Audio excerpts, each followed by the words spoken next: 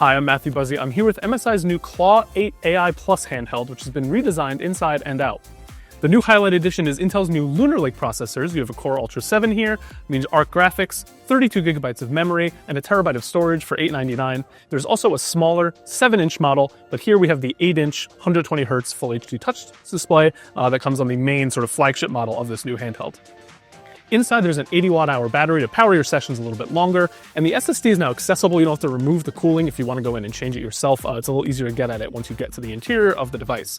Other new design changes do include the bumper actuation, so it's a little more bouncy, the feedback's a little more direct up and down. The D-pad's also been redesigned. There's more sort of clarity in the different directions. The buttons have been sort of propped up a bit more. It was a little more flush before, which was kind of, less satisfying and less precise input-wise on the directional pad.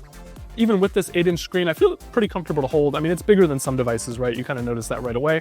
But it's not heavy, which is pretty important. And I enjoy the RGB sort of rings around these. The triggers feel responsive. The joysticks feel responsive. It's overall, yeah, it's pretty nice to handle. This new sandstorm color, it's kind of, I don't know how well it shows up on camera. It's not really gray or silver. It's sort of a brown beige, which is a little different. Everyone goes, all black with these. We saw the Asus Ally X go all black, and I think this adds a little bit more fun, even though it's kind of a still neutral color, so it shouldn't scare anyone if you bring it in public, to the cafe, anything like that. Two more supporting features. We'll start with the two Thunderbolt 4 ports here, which add a little versatility. This is still a Windows device, so you can, plug in different peripherals or drives or what have you.